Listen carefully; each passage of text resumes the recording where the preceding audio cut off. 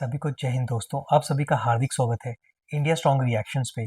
आशा करता हूँ कि आप सभी लोग बहुत अच्छे होंगे। तो इसकी लेटेस्ट और इंटरेस्टिंग वीडियो में आप देखेंगे भारत के नाम पे पाकिस्तानी पत्रकार और एनालिस्ट आरजू काज़मी और कमर चीमा के बीच में हुई तगड़ी बहस। तो ये वीडियो काफ़ी इंटरेस्टिंग होगी, जहाँ पे आप देखेंगे कि जैसे तालिबान ने ये कहा कि उनका डीएनए भारतीय है, चीमा को एकदम मिर्ची लग गई। तो ये वीडियो काफ़ी मज़ेदार होगी, इसे अंत तक देखें और चैनल पे नहीं है तो चैनल को सब्सक्राइब कर दें, ताकि हम आपके लिए ऐसी इंपॉर्टेंट और लेटेस्ट वीडियोस लाते रहे। तो चलिए पहले साथ मिलकर ये वीडियो देखते हैं और अंत में इसके बारे में बात करेंगे।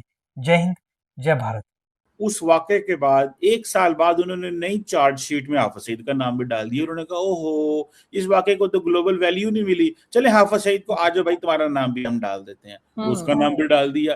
तो 1 साल पहले नाम नहीं था, ठीक है। ये ऐसे ही है कि आरजू काज़मी का पहलगाम में नाम ना डालें, साल बाद नई चार्जशीट में आरजू काज़मी का नाम डाल दें, इसने उनको खाना खिलाया था। मैं मिसाल दे रही हूँ दहशतगर्दों को। सो सवाल ये पैदा होता है मैडम, क्वेश्चन ये पैदा होता है कि अब ग्लोबल अट्रैक्शन कैसे लेनी है। इंडिया ये कैसे कह सकता है वहां पे दहशतगर्दी की जंग में उसका कोई किरदार वो कर रहा है। दहशतगर्दी की जंग तो हम मुतासर हो रहे हैं, नुकसान हमारा हो रहा है, बंदे हमारे शहीद हो रहे हैं, फोर्सेस हमारी लड़ रही हैं। और वो अच्छा, एक बंदे ने मुझे बड़ी इंटरेस्टिंग बात बताई।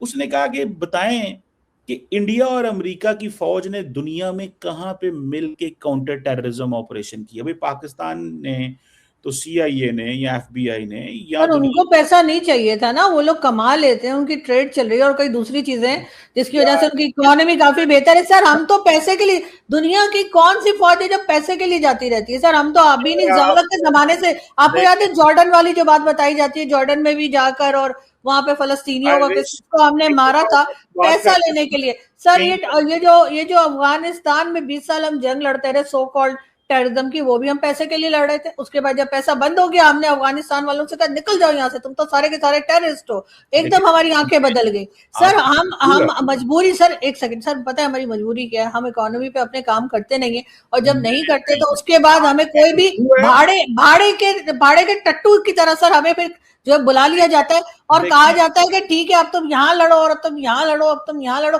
हमारी कोई काबिलियत नहीं। हमारे यहाँ से डॉक्टर, इंजीनियर्स, टीचर्स, किसी को कोई नहीं बुलाता दुनिया में। हमारे यहाँ से बुलाए जाते हैं कि इनको भेज दो लड़ने के लिए, हम बस लड़ने के लिए पैदा हुए हैं। चले मैडम देखिए, बात सुने, जारी बात है, आपके एक ओपिनियन है, आपका एक व्यू है, ठीक है। आप जो मर्जी कह लें, आपको कोई कुछ नहीं कह सकता। इसको हम कहते हैं फ्रीडम ऑफ स्पीच, जिसका अब रोना रोती रहती है, ओ फ्रीडम ऑफ स्पीच नहीं है, ये नहीं है, वो नहीं है, ठीक है। देखें ये फ्रीडम ऑफ स्पीच है जो आप कह रही हैं कि जी हम ये हैं, हम कातिल हैं, फलाने हैं, हम पैसे लेते हैं, हम डॉलर लेते हैं। This is what you saying and you have entitled to say whatever you want to say, because freedom of speech है पाकिस्तान के अंदर।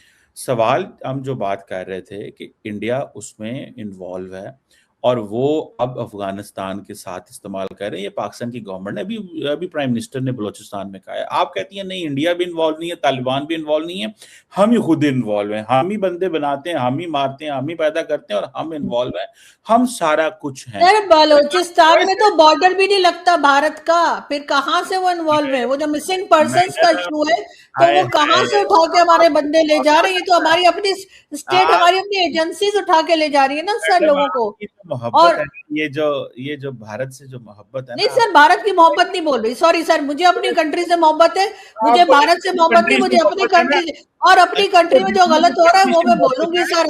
सर मुझे उसके लिए ना कोई मेडल चाहिए ना कुछ और चाहिए। अगर मेरी कंट्री में कुछ गलत होगा तो मैं बोलूंगी। और जिसको भी सर पाकिस्तानी को पाकिस्तान से मोहब्बत होगी, वो पाकिस्तान को सही करने की बात करेगा। जो गलत हो रहा होगा उसको मेंशन करेगा।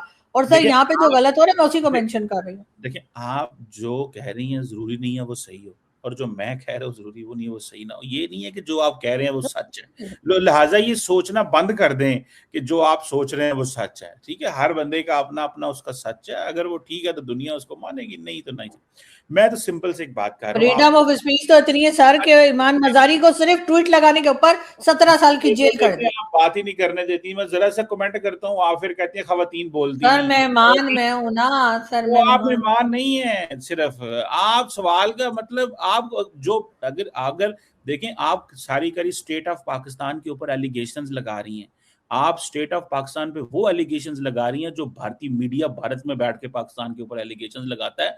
सवाल ये है कि स्टेट ऑफ पाकिस्तान के ऊपर जो एलिगेशन लगानी है, मैं अगर उसके ऊपर बात करने लगा तो सर किस किस बात को आप एलिगेशन कह रहे हैं? ये कि बलूचिस्तान में जो कुछ हो रहा है उसमें कहीं ना कहीं जो है हमारी अपनी पॉलिसीज की गलती है, ये एलिगेशन है तो समझा कर एलिगेशन है। इसमें और अगर और अफगानिस्तान के साथ जो लड़ाई आपने छेड़ रखी है जिसका नुकसान ही नुकसान हो रहा है, उसके लिए अगर कह रहे हैं तो आप एलिगेशन समझ रहे हैं तो समझा करें सर।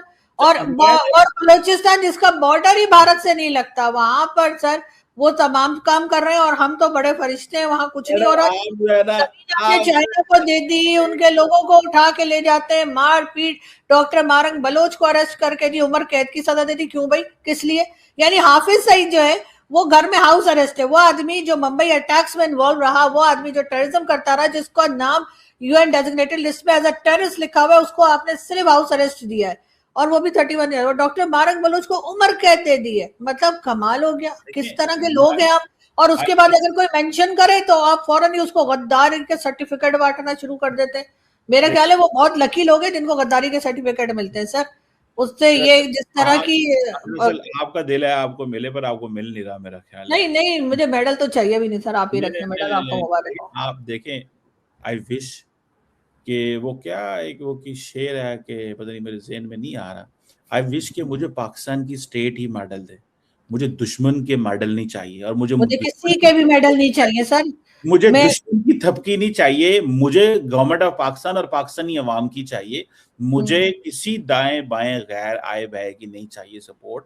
लेकिन लेकिन वो क्या है, वो एक मुझे शेर है कि दाद लें आप दुश्मन से, और वो क्या उस पता नहीं वो इस तरह का शेर है, पता नहीं वो बहुत सारे लोगों पे फिट आता है वो।